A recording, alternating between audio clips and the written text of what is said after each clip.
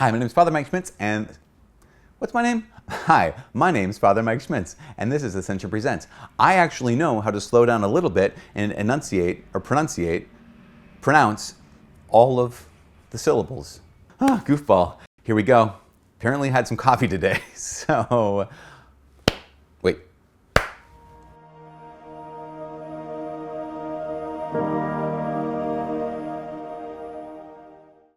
Hi, my name is Father Mike Schmitz, and this is Ascension Presents. So, relationships, important things in our lives. But here's an interesting thing. I will encounter people who, I guess, for lack of a better term or a better way to say it, tend to rush into relationships. Maybe that's it. They tend to rush into relationships, and they kind of jump ahead of where they should be to where they would like to be in relationships. This might be you, or this might be someone that you love and care about. And this is the reason why I made this video. Here's what I mean. It's the kind of person who they're saying like, oh, you know, we've been dating for 2 months, but we know we're gonna get married. Like, oh, okay. Hey, I wanna actually commend you on the fact that you're discerning and dating oriented towards marriage. The Western world, you probably know this already, Western civilization is at an all-time low when it comes to people marrying and wanting to have children. So if you're like oriented towards marriage, good, thumbs up for you. But there's a good way, maybe even a better way to go about it. Here's 3 things to keep in mind if you're in a relationship and you tend to be the kind of person who doesn't drag their feet, but the kind of person who likes to race ahead. Number 1, time. Time is absolutely essential for a relationship. What I mean is, someone can say, hey, we've known each other for a short amount of time. We want to get married. Actually, I remember having a couple come to me and saying, we want to get married on the 1-year anniversary of our first date. And I said, please no. Why? For many reasons. But one of those reasons is there are some things that only time can reveal. Yeah, I mean, that's just the reality of the thing. There are some things only time can reveal. You can say, no, we talk a lot. We have really good communication. We share everything. That's neat. But there's some things only time can reveal.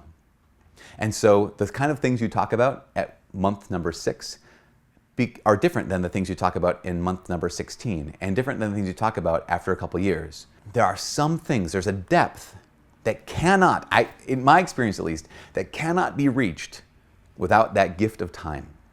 So number 1, kind of in a certain sense, slow down. Again, unless you're the dragging feet person, you're like, we've been dating for 7 years and I'm thinking about marrying this person. Well, then you need to,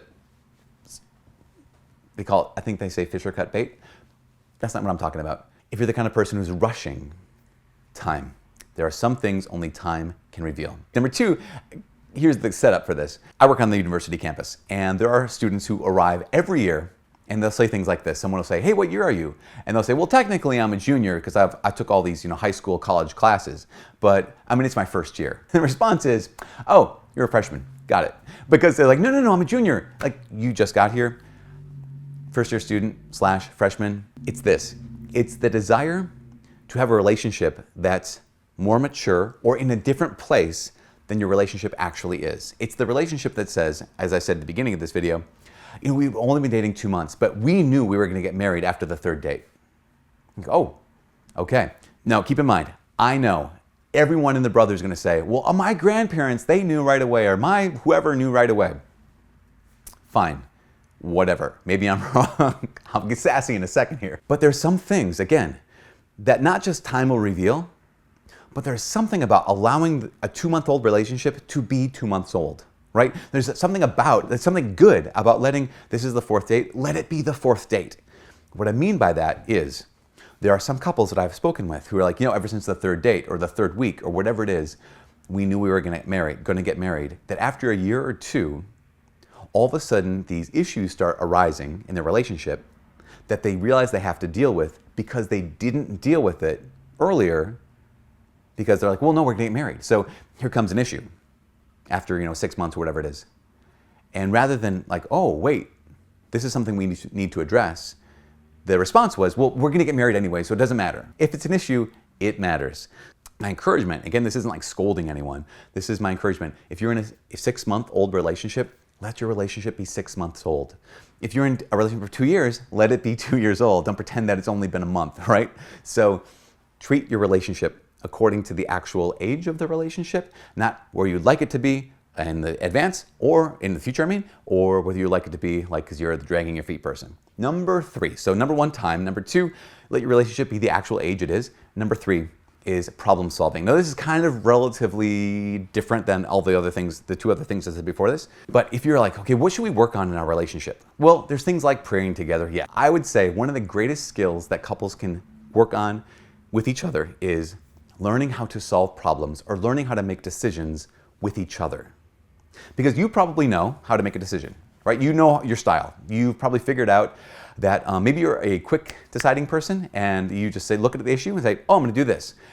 And maybe the statistics on you making the right decision, because you make a snap judgment, is 80% of the time. 80% of the time you're very happy with the decision, and 20% of the time you regret that. But you're okay with that because why? Because those odds or that ratio is okay with you. Now, the person you're dating or married to or whatever might be the opposite. They might be someone who is really, really slow to make decisions. And so sometimes they maybe don't even make decisions. Sometimes they're maybe the kind of person who says, 75% of the, or if I can avoid making a decision, usually it resolves itself. You might know someone like this, maybe you're someone like this. If I don't make a decision, usually it just resolves itself and things work out. Yeah, and maybe 25% of the time it doesn't work out and everyone has to scramble to pick up the pieces. But I'm okay with that ratio. 75% of the time it's fine and 25% scramble.